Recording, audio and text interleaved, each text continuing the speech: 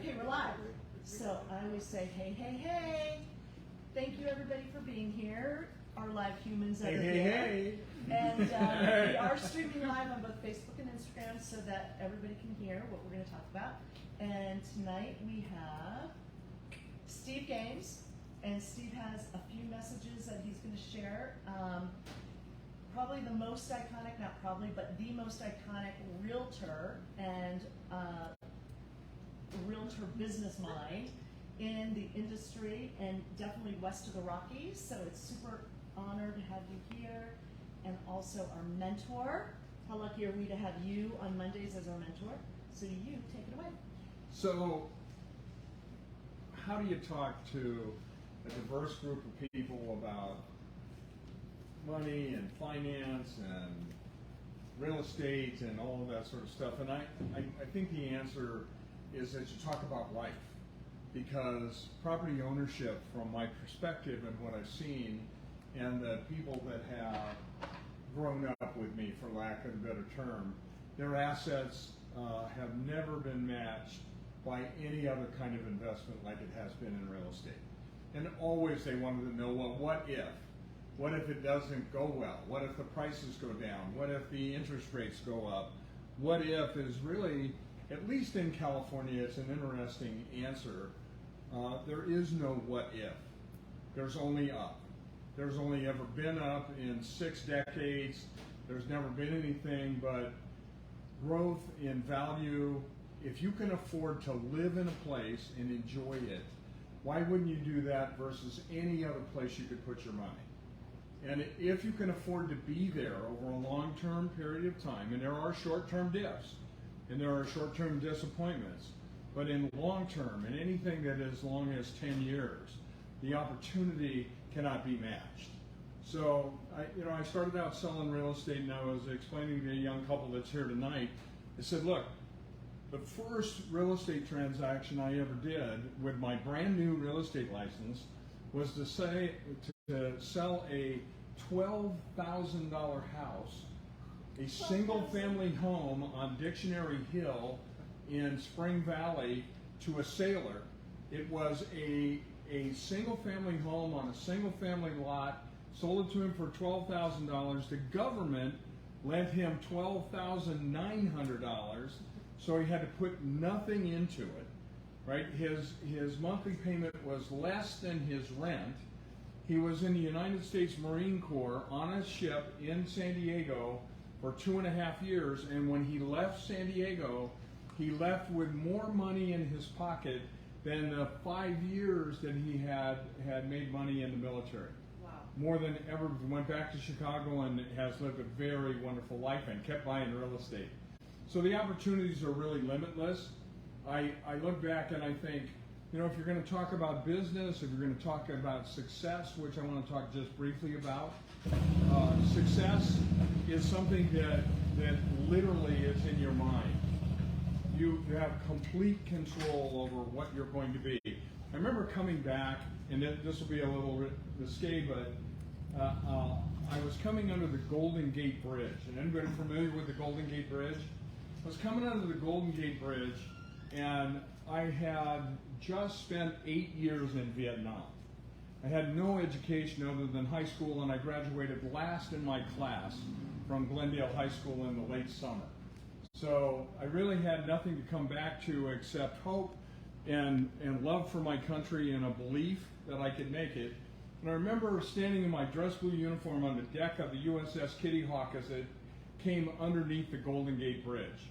And they played 2 songs while we were coming under the Golden Gate Bridge. They played the Star Spangled Banner, and they played California, Open Your Golden Gate.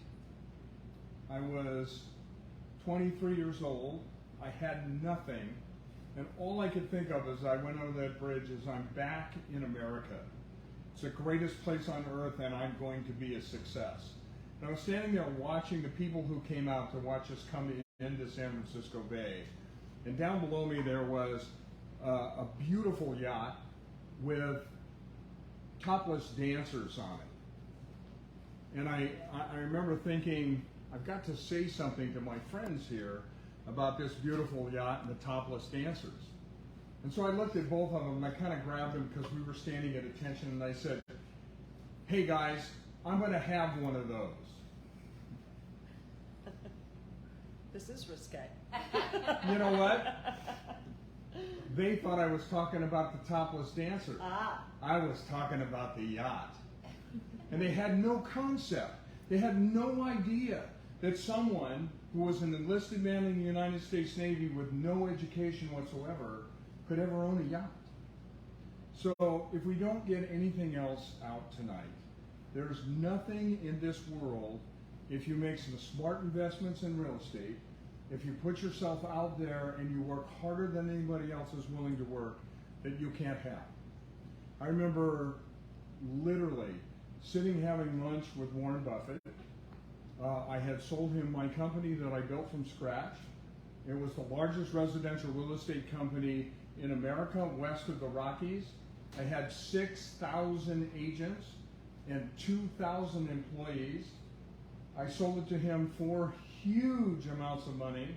And I remember him asking me if there was anything that I wanted to know from him.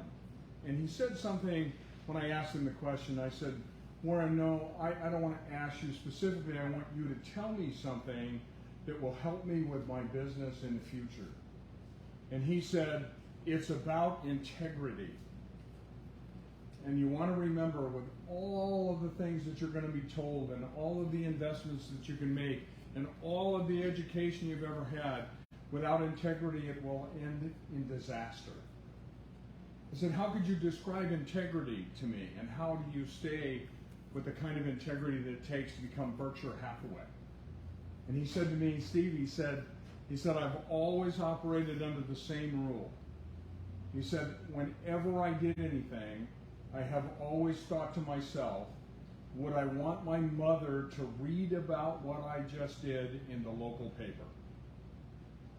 And if your mother isn't the greatest test of all, you have a friend who's close to you who is. Integrity is all that matters. All the rest is just hard work, sweat, and doing more than anybody else is willing to do.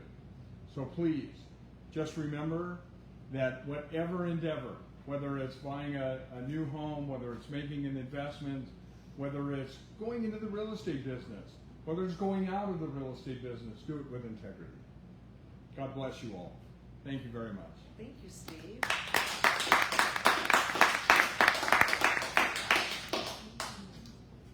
Okay, so there's a camera. So thank you for speaking, and thank you for being part of our lives and all your support. You're amazing, and you have so many stories. That was just like a tiny little clip. So today, one of the things we want to talk about is waking up rich.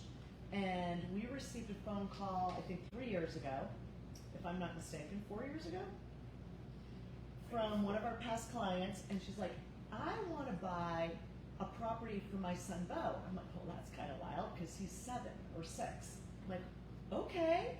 And so we have here tonight Dr. Gina, who is seriously badass and somebody who has really figured out a way to create generational wealth, which is what we really are trying to help other people to do. So with all of the things you do in your life, saving all these people's lives, we really appreciate your time and having you talk about it. So come on up. He's like, I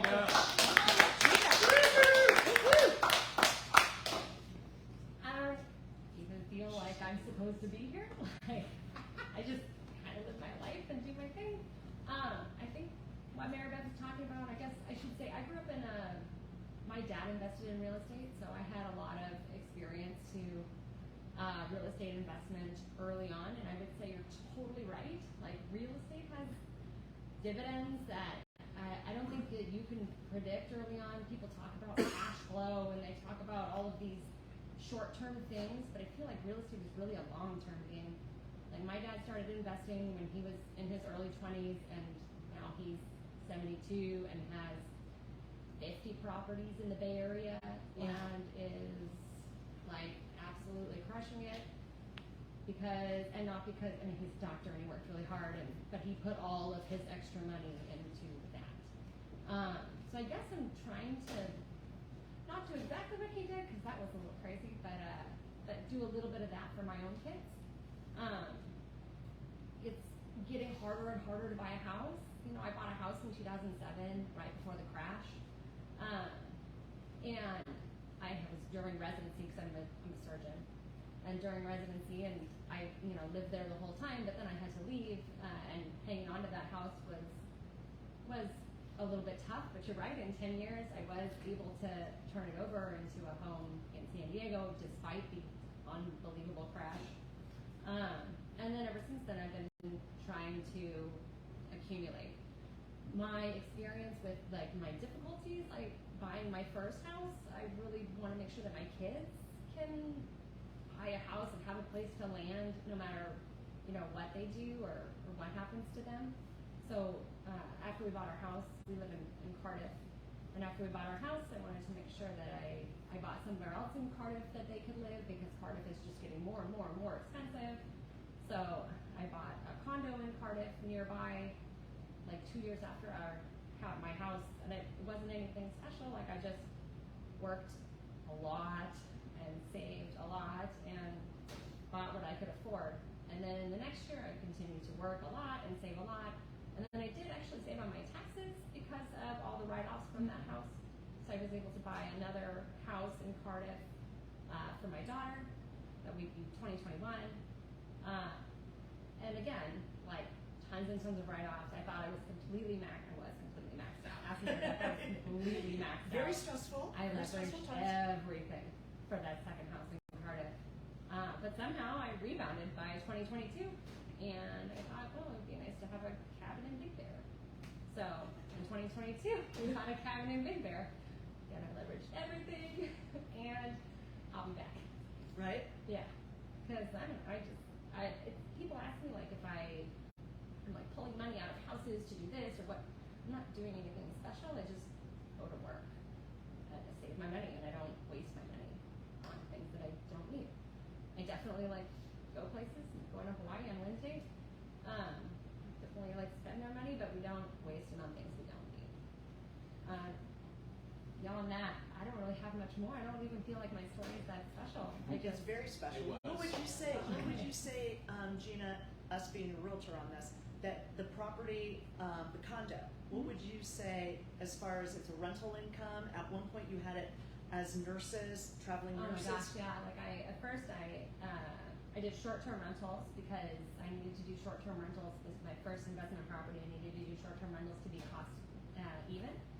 And so I did short-term rentals for about a year, which was fine actually. We managed it ourselves. We managed all of our properties ourselves. And maybe I cheated a little bit because my dad and my mom managed all their own properties, and so I saw them do that. We definitely went and cleaned that place ourselves and took my kids to clean, actually clean, so that we could make it, even. And seriously, it's an hour of your life. It's not a big deal to clean up the condo.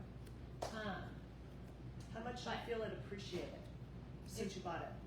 It's gone up more than 60 or 75%. It's it's way up in 2 years. That's huge. In 2 years, which is bananas. I didn't expect that, and I don't think my dad expected the boom in the Bay Area either. My dad grew up in the Bay Area when it was farms.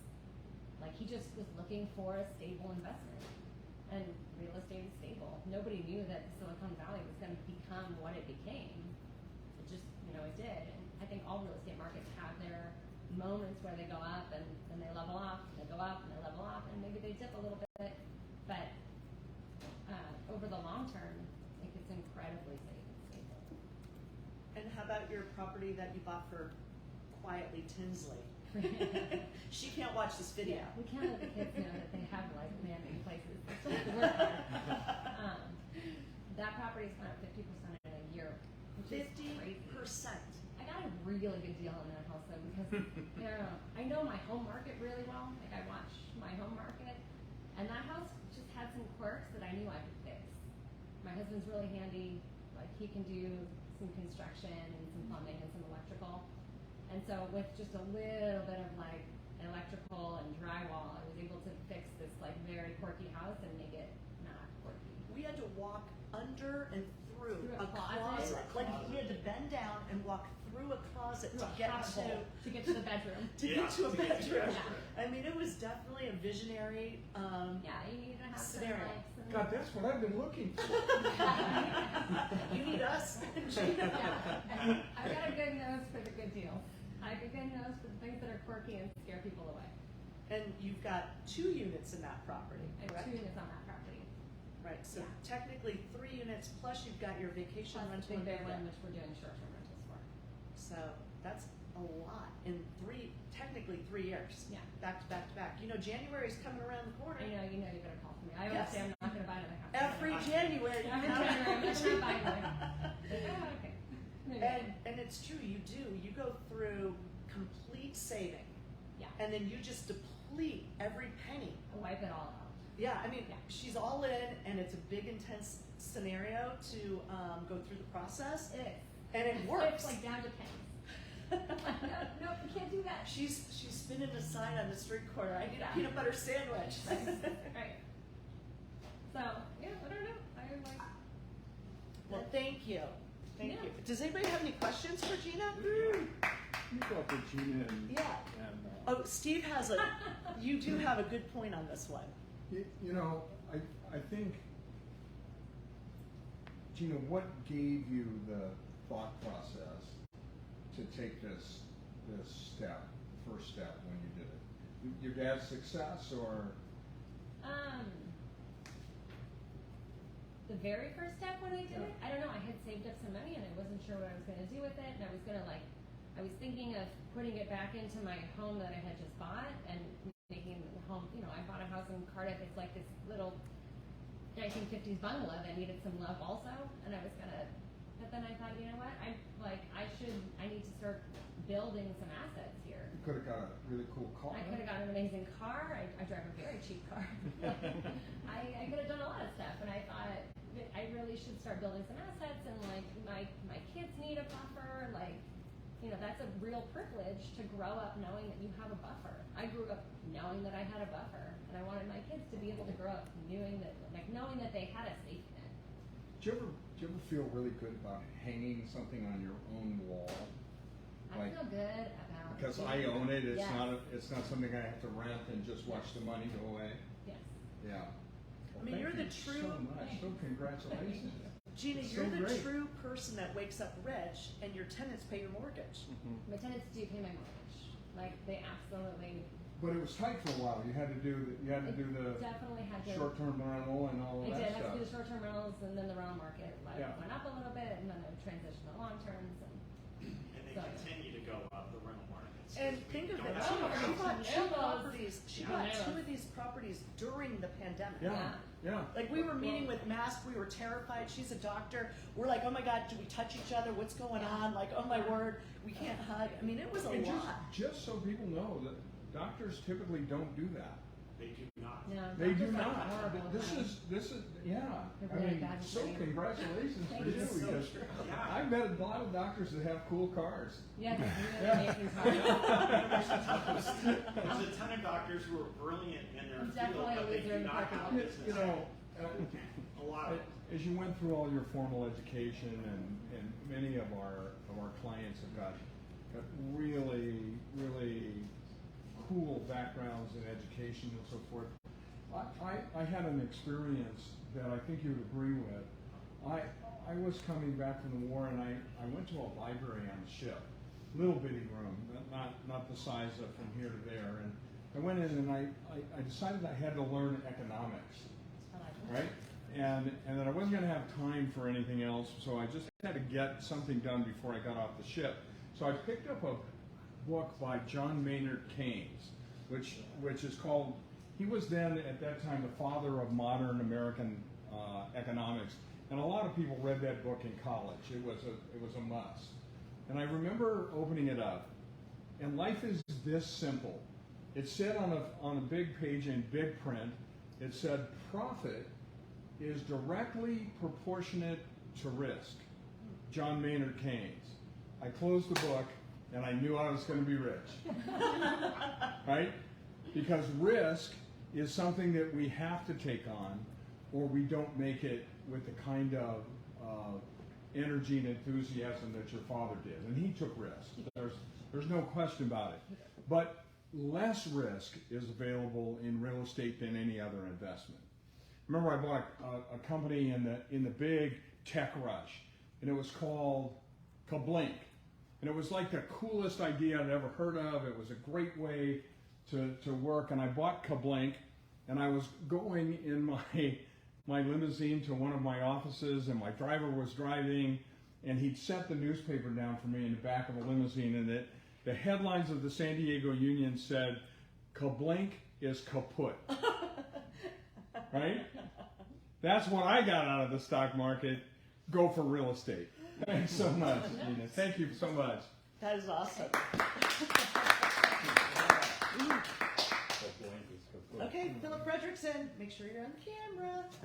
I always call him Philip Fredrickson, it's the weirdest thing. Did everybody get the handout? Anybody not have a handout? Where is it? Where is it? Thank you. Okay. Okay. So, investing in real estate, waking up rich. I think, it's interesting because Dr. Gina talked about how she had some money to invest, and she was wanting to know, well, what can I invest in that's stable, that's going to provide some kind of return. One of the reasons I got into real estate was that. I had practiced law for 34 years, got divorced, really kind of felt like I was starting over. And I'm like, what am I going to do at this age of my life to make money that will be a residual income so I can ever retire? And I thought, part of my practice was dealing with real estate, and I thought investment real estate is going to be the best thing. Well, what to invest in? I don't know enough about it to know what's a good property or not. And I thought, what better way than to immerse myself in it? So in real estate always intrigued me. My dad also invested in real estate, and although he did a lot of real estate businesses as well, like skilled nursing facilities and stuff like that. But anyway, so what do you would put your money into? So the first page of the handout is stocks versus real estate.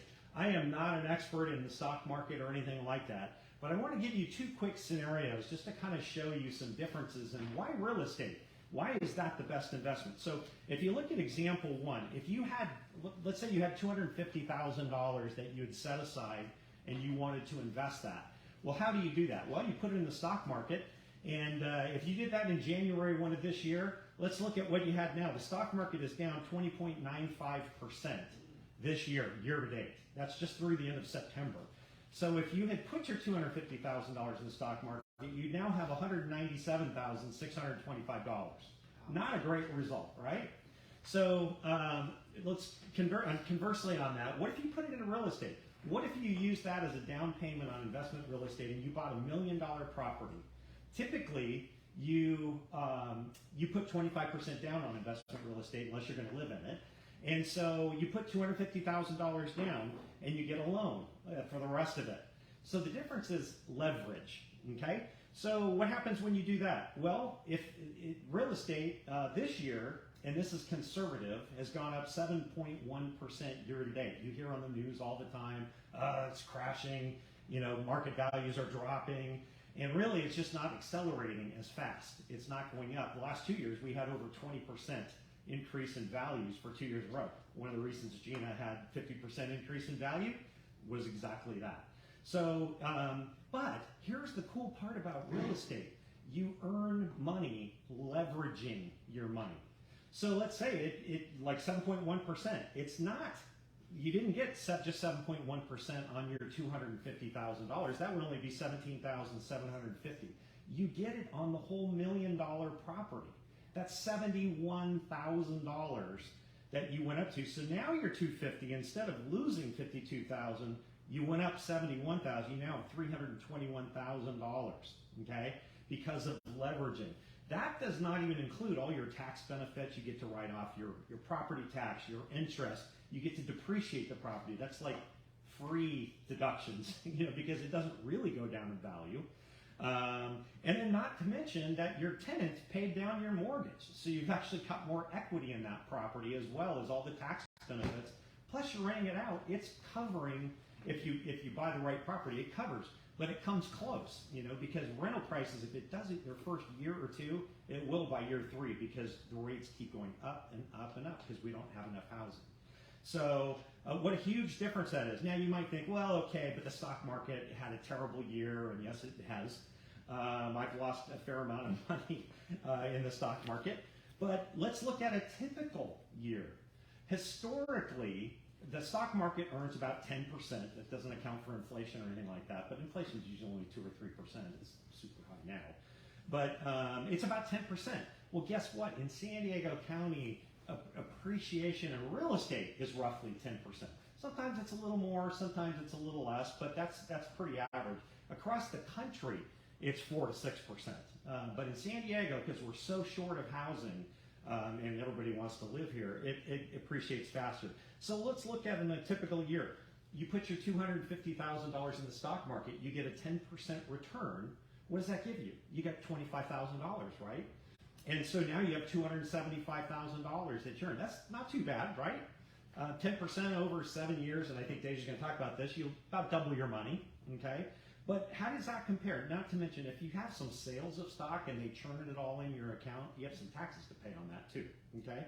Now let's compare it to the same example. Yes? Do you have to pay fees also to invest in the stock market? Yeah, if you put it all in the beginning and nothing else, then no. But yes, if they reinvest and sell stocks and buy other stocks and so forth, yes, you have fees and you have some taxes to pay. But in the real estate, same scenario. You put your $250 into real estate, and on average, if it gets 10%, guess what? It's $100,000 increase in the value of your investment, which means at the end of the year you have $350,000 instead of $275,000. And again, that doesn't count all the tax benefits, the mortgage pay down, the depreciation that you take. That's part of the tax benefits. So it's amazing. Now think about it this way. If you want to really compare more apples and apples, your investment was the same, wasn't it? It's $250,000. But if you look at your cash on cash return, that's the 200 or the 10%. If you look at it, cash on cash, I put 250 up. 250, I would only get 25,000. On 100,000, you're getting a 40% return on your investment of $250,000. Even this year, with a smaller than normal return, it's 28.4% on the invested money as compared to losing 20.95% in the stock market. That's up over almost 50% more you made on the real estate than you made on your investment in the stock market. Huge. You don't get that anywhere else. So, real estate, that's one of the reasons I wanted to become a realtor and retired from practicing law. That and burnout was a part of it too. But, in San Diego since 2012, the increase since 2012 is 118.75% increase in value over the last 10 years. Where do you get that anywhere else? You don't get that, okay? So you might be thinking, okay, well, gosh, the interest rates are high. Is this a good time to buy? And the answer is actually yes. Yes, interest rates are higher right now. In fact, they're right around 7%, I think, on average. You can get them a little lower, and there's things you can do to decrease that. A lot of things you can do, actually. But your negotiating power right now compared to the last 3 years, you actually can. Our last 3 deals, we've gotten the purchase price under asking. Before, we were getting crazy amounts of money over asking. There was no negotiating. The seller just told you what it's going to be, and by the way, we're not going to make any repairs, and we're not going to do, we want you to waive your appraisal. You're going to buy it even if the house appraises lower. Craziness. Now, way more negotiating position. So you can actually get a reasonable deal on your home. You're paying what the home is now worth. And so that's fantastic. Yes, the interest rate's a little bit higher, which is going to make your payment higher, unless we can do some things to buy down the interest rate. Sometimes right now even you can get the seller to participate in buying down the interest rate because they're not just flying off the shelf.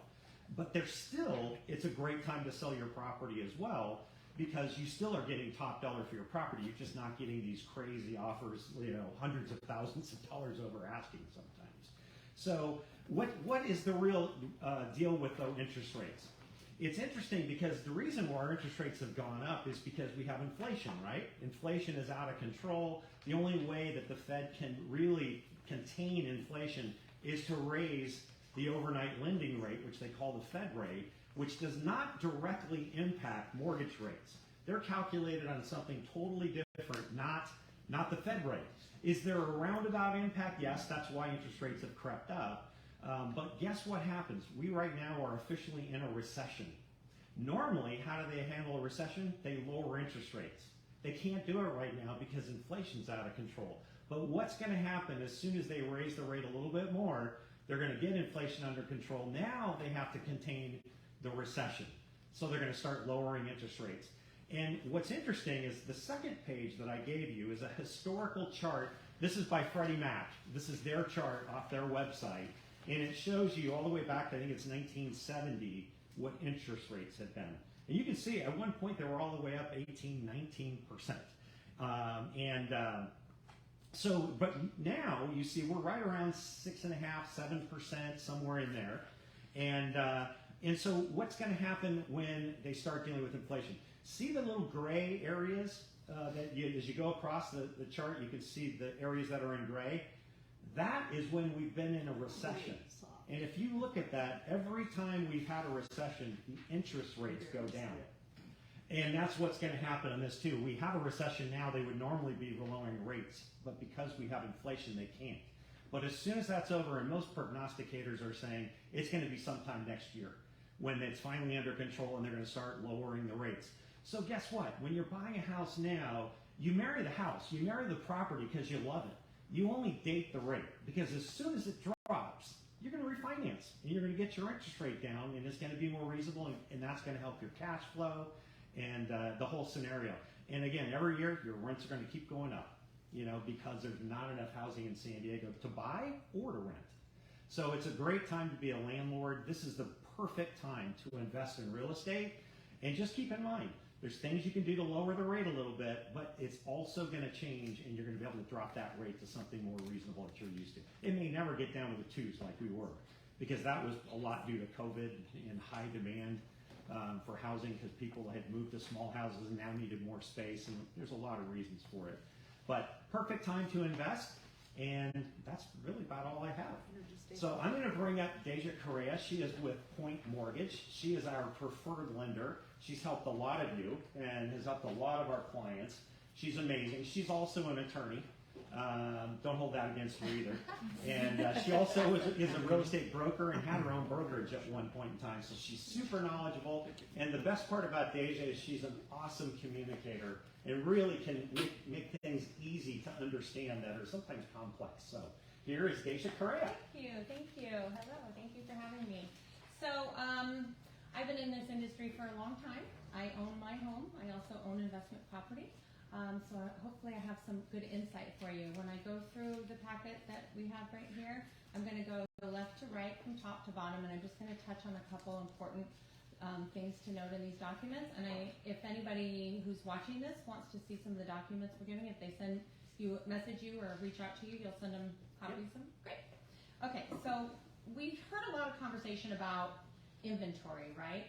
So not as many questions coming my way right now about interest rates. I think the community at large has generally accepted that we're dealing with rising interest rates and understands a little bit of what has been the inflation and what the Fed movements have been that have been really spurring it up.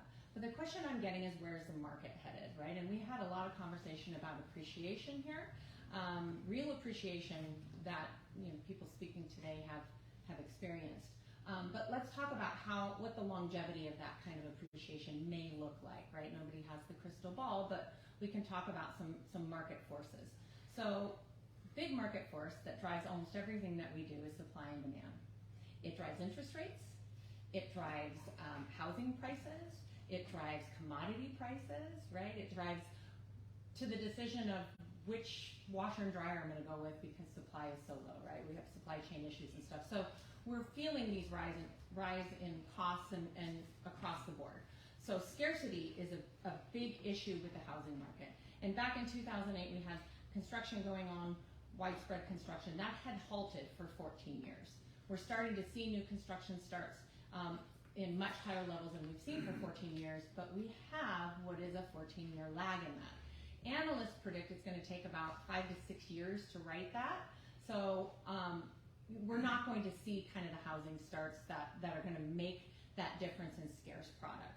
In addition, we've talked about interest rates, and what is important to note is, you've got sellers that were, a lot of what was driving this housing rush over the last couple of years were sellers that were able to sell and purchase a much higher property with low interest rates, keeping their payments markedly the same. And so now you had an inventory of what I call domino transactions: buyer, seller, buyer, seller, buyer, seller.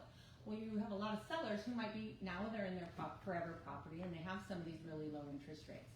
So, and we have appreciation in property, right? So we're not going to see foreclosure activity. So there really isn't some catalyst that is foreseeable at this point that could inject inventory into our markets, which means housing prices, then there's still upward pressure on housing prices, and that flows into appreciation. So on this little chart that I gave you, my favorite little graphic on here is this one right here.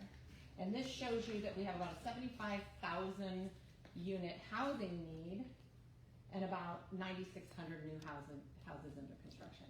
I mean, that's a massive shortage, and you can kind of see it in that little diagram. So just an idea of where the market is, because that's the question I'm getting most often now. Let's talk a little bit about appreciation. I did some analysis based on the zip code, average selling house price in this zip code, of what you can expect appreciation in 10 years. It factors in closing costs. It factors in estimated tax savings. And you're really looking at appreciation after 10 years on a, let's say, what's your down payment? 20% down on a $1.8 million house. So you're looking at about $360,000. And an appreciation return over investment is reaching close to 40%. And that's after a 10-year analysis. I have equity gain versus appreciation. Whoops. Well, I'll be picking that up, so if I dip out of the screen, So here's some forecasted and historical forecasts and forecasted appreciation. And you're looking at a total equity position of 1.952, a gain of equity over 10 years of almost 1.6. And this is a $1.8 million home purchase. And so this is a 10-year, a double your money situation. I purchased my house, my most recent house, my primary residence, in 2015, and it is at least 3 times, the value is at least 3 times what I purchased it for. So what are you going to do with all that equity, right? So sometimes your first home purchase isn't your forever home. Maybe it's a condo somewhere, and now I'm getting into the market, and could I rent somewhere for as much as my mortgage, or maybe even a little bit lower, right? So do I really want to move? And there's some comfort in being able to not feel tied to a mortgage. But the fact of the matter is, every one of us has to pay to live where we're going to live, period. And so you are paying a mortgage. You're just not paying your own. Well, maybe I want to wait, right? So That's then, cold, Asia. right? So maybe I want to wait a little bit. Maybe I'm not quite ready. Okay, well, what are you paying now in rent, right? Paying $4,000 or $5,000, $6,000 in rent. So by the time maybe you buy next year, and you will have paid $50,000 to $70,000 of someone else's investment. So there's a part of what we do, especially with a primary residence, that's emotional. And that's what your real estate agents are really good at, right? Finding this right property where you make memories with your home, with your family, in your home, nostalgia and driving back down. This was the childhood home I grew up in, all of those kind of things. But there's a aspect to even your primary residence that has to do with investment. And so if we're talking doubling your money in a few years, or however long you decide to stay in a property, what are you going to do?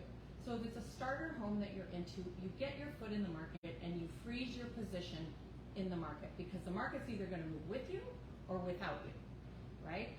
So you're frozen your spot in the market. So presumably your home will appreciate as these other homes appreciate, and as your job income gains or your savings gains thereafter, then you can flow into your next property. So a lot of people enter the market that way. If you don't have a lot of reserves, or you don't have a gift of equity from family members, or any kind of gift to help with down payment, this is a great way to get into the market. Eventually, your home starts to become very lucrative. There's all that equity sitting in there, and what are you going to do with it? Well, Dr. Gina spoke about buying additional property for her family, and that's what a lot of people choose to do with additional equity. So in here, I've also put some information pertaining to what a return on investment on an investment property. This is a $2 million property just a make-believe property. We'll call it Blackacre. Okay, so this is a $2 million property. Let's assume it's anywhere from 2 to 4 units, depending on which area in the county that you're looking at. The return on investment for this one is 40% in a 10-year analysis. This analysis does not factor in depreciation. And depreciation is not a real expense, but it's a savings on taxes that on $2 million can be anywhere, what, $5,000 to $7,000 a year. So when you're starting out, maybe you feed your house a little bit, right? Looks like a couple $100 a month or so. But once you factor in depreciation, it is actually a break even. So these tools are readily available as you're starting to analyze each individual investment. And when you're planning for building wealth for yourself, building wealth for your family, building wealth for the next generation, they're an excellent way to kind of offset any uncertainty as you're starting to look at making those investments. Lending isn't always easy. I don't know if you know this, but it isn't. And guidelines can be a little tricky, and the process can be a little bit tough sometimes. But I want you to know that there are a lot of products. This list right here is a lot of niche products that help you get into property, whether it's your primary residence, whether it's an investment property where we just use the rental income to offset the mortgage in order to qualify, whether we use bank statements because you're self-employed and you write everything off. There are a lot of ways to enter into the market. And I think we put a bar up to ourselves sometimes before we even know what might be available. So I kind of want to end with one thought, and I tell almost all my borrowers to kind of consider things this way.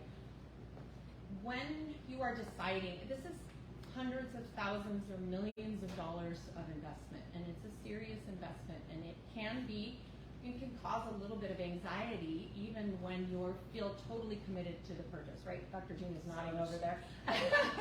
And that's very natural. That's an inherent part of the process.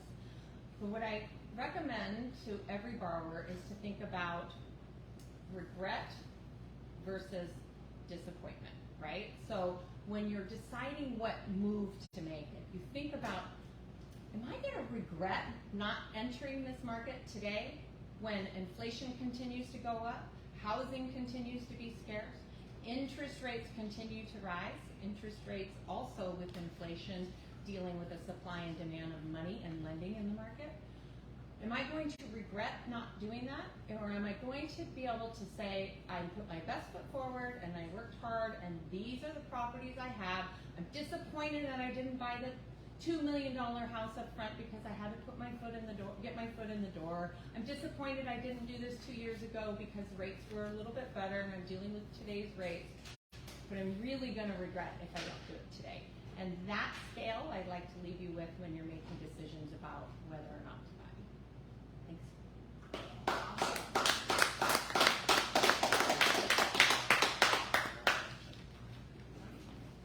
Wrap it up. Any questions? Any questions Anybody for me? have questions for Gina? Or for Deja?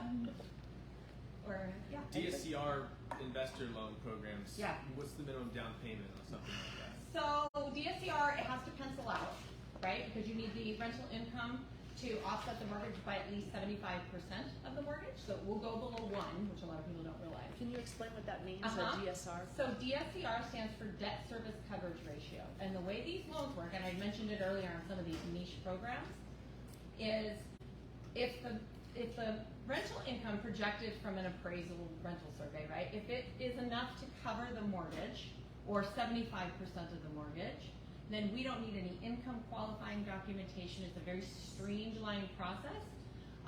So you need enough down payment for that to make sense. Typically 25% will do it. It depends. If rates continue to go up, right, and rent also going up with rates, as long as they stay in tandem, it should work at 25%. What's great about these loans is the ones that I'm doing, that is the number one loan I'm doing for investors right now, because I mentioned earlier how much fun mortgages are for borrowers. Because it's very streamlined, they're very competitive rates, and they come with a really unique feature, and that is 10 years interest only, and then 30 years amortized thereafter. So they're a 40-year term. And I just showed you on this, right, what your 10-year analysis is going to look like. So by the time that loan comes out of interest only, there should be quite a bit of equity if you decide to keep that mortgage on there for 10 years, right? And we talked about how you date the mortgage. A lot of people keep their mortgages on 3 to 5 years tops, depending on market conditions. But if you, as you start to approach the period where you start going into paying principal and interest, which is amortization, 10 years down the line, you can refinance, roll it into another property, right? You're depreciating the property on your taxes. I mentioned that earlier, saving some money on taxes. There's a certain period of time you can do that for. So a lot of people take that value and 1031 exchange, right? A tax-free exchange into another property. And so that's what a lot of investors are doing. But most of my investors are doing the DSCR 10-year interest only loan. And why would you not want to pay principal? Well, most people want to pay principal and interest because it gets on their primary residence because it gives them a lower interest rate and it gives them some security. Even though very little of the payment at first goes towards principal, you feel like you're building towards something. Investors don't think like that.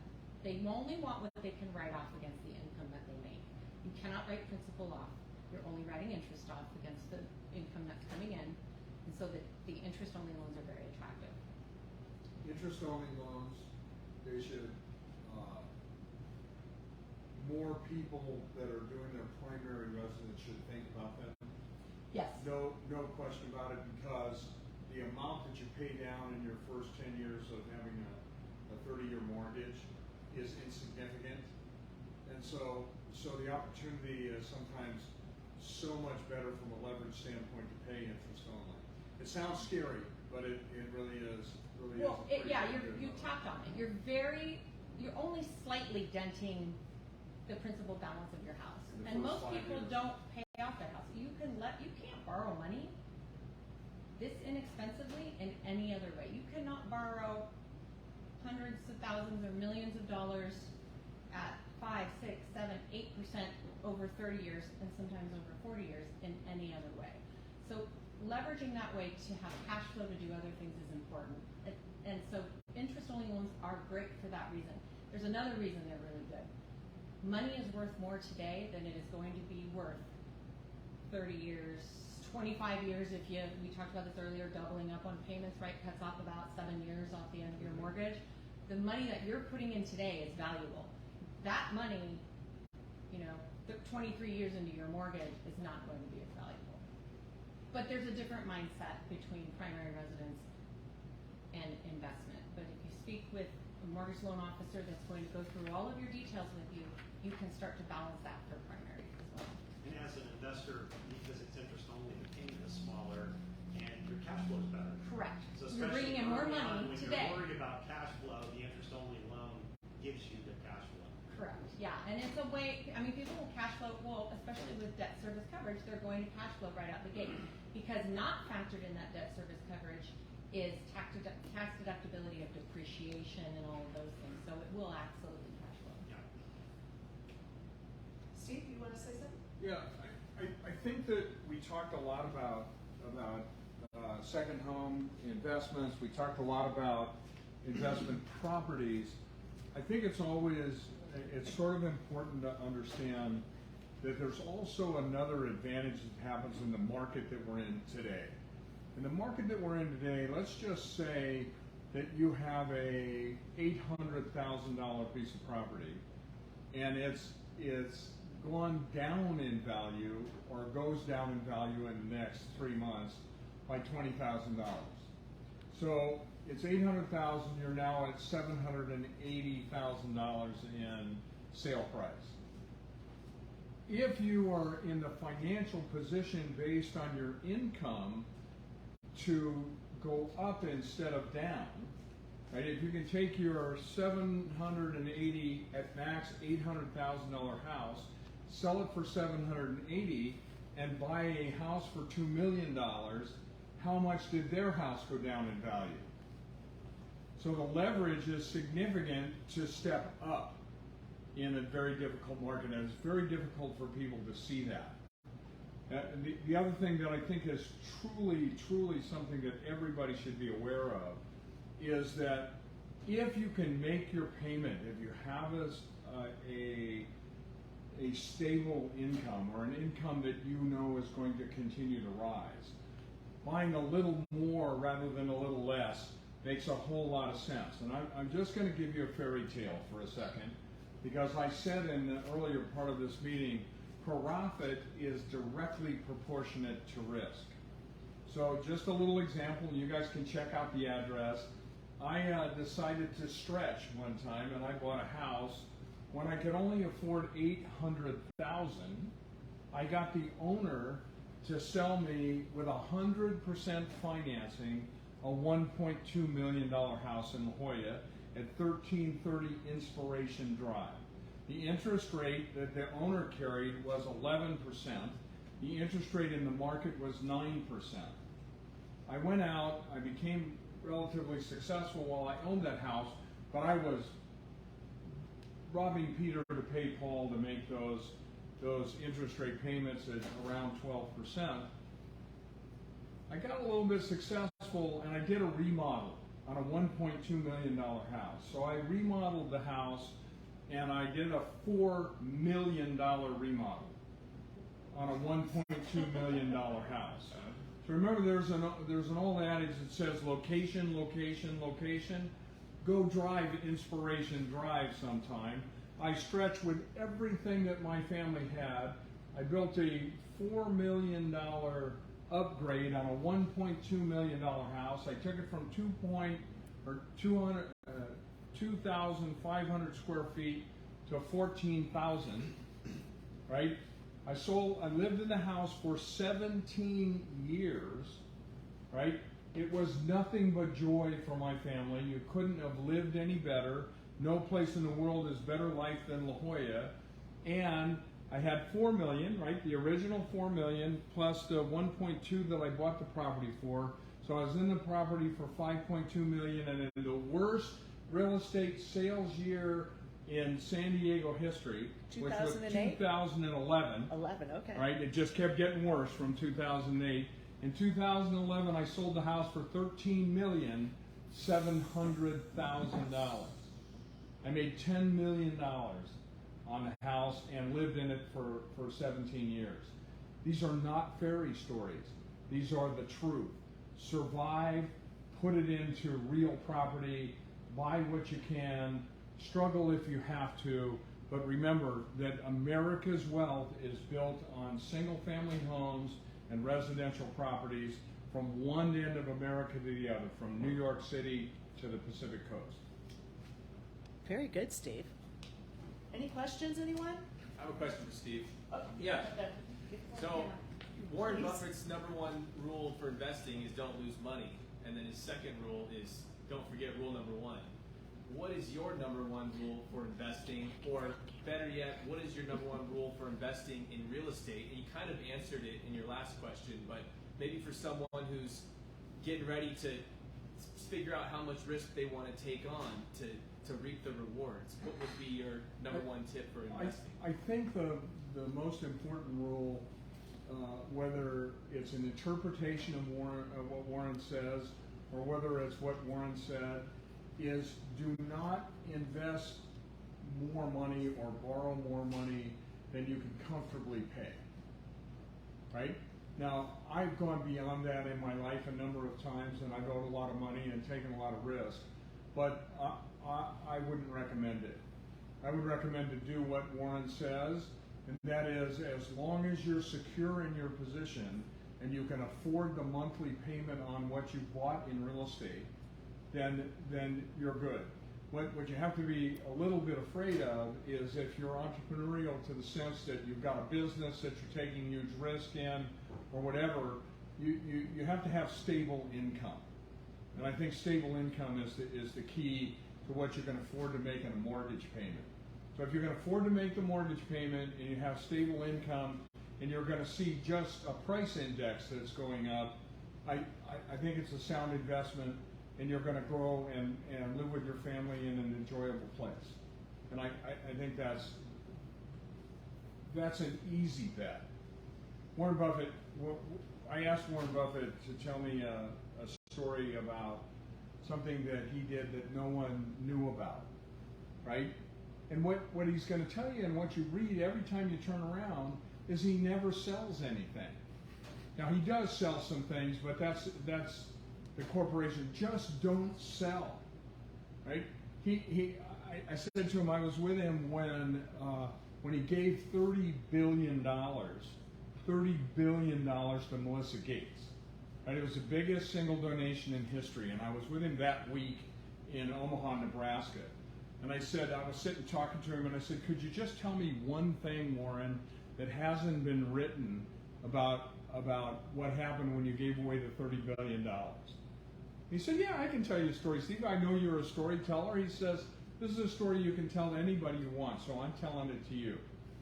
He said he gave away $30 billion and he went home. He likes to tell the story about driving his little truck up to his little house in Omaha, right? And he went in his little bedroom and he looked at his big dresser, and he was nervous because he couldn't remember where he put $9 billion of the $30 billion he had given away. He didn't know where it was. This is him telling me. This is not me telling him. Just $9 billion? He was missing $9 billion. Wonder what mattress. And so he said, I didn't sleep so well. I always sleep well. He said, I didn't sleep so well. I got up in the morning and I went and I opened up my dresser drawer, and I pulled my dresser drawer open, and in the corner of the dresser drawer was the safety deposit box key. And I knew it had been there for at least 30 years. I couldn't remember what it was for. I knew it was a little safety. It wasn't the Warren Buffett box. It was the box like most of us have in a safety deposit box. He said, I thought maybe that was where my $9 billion was. So I took the key and I went down to the little bank in Omaha, and I opened up my box and I pulled it out, and there was one sheet of paper in the box. One sheet of paper.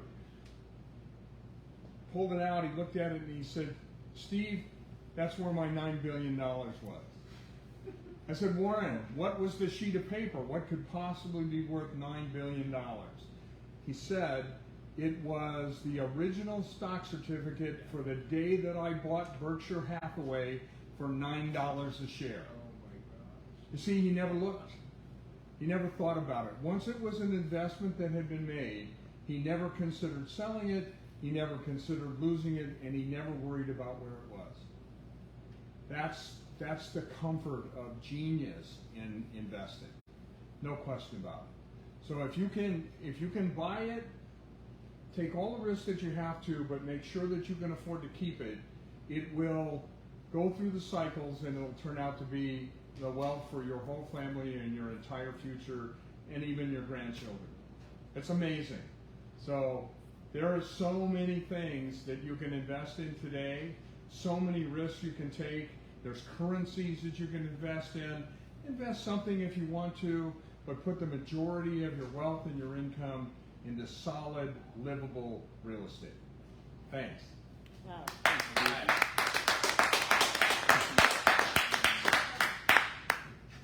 Any other questions for anybody? I'll make sure I stay in front of the camera. Everybody else is getting dizzy watching this. Any questions?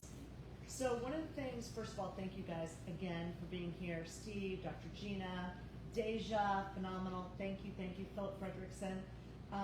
Is we don't like to have our clients sell property, and we're weirdos. Like, people are like, wait a minute, you're a realtor. No, when you buy a house, and I think when we met Adam and Annie first on Zoom, we were like, well, our goal will be for you to keep that property and use that property as leverage to buy your next property and your next property and your next property. Because residual income and waking up rich is what it's all about. And we are doing a disservice to our client if we don't educate you on how to do that. And there's very few residential realtors that understand how to find investment property and educate buyers on how to do this. And, we pulled together a freaking A+ team. Let me finish your okay. your Are you going to interrupt me? Yeah, yeah. Really? I did. Oh, I already have. I could, knock you over So, but you're gonna myself. like what I have. You're gonna like what I have to say. I have bought hundreds of properties, hundreds Very of properties. Very rare. Most of them were good investments, but I had one absolute rule. Do not ever represent yourself. Don't do it. You're not good at it. It's not what you should do. You cannot do what a really great real estate agent can do for you, and you will never gain more than what you paid them in commission by doing it yourself. Just avoid it.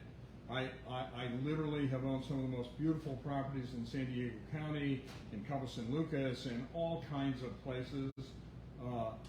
Never did I try to represent myself. It cost you money to do it. Please, we're in an industry where I want the same kind of respect that I would get if I was a doctor, or the same kind of respect that I would get if I was a lawyer, or if I was a person in the mortgage business. We all have our niches that we can help each other in.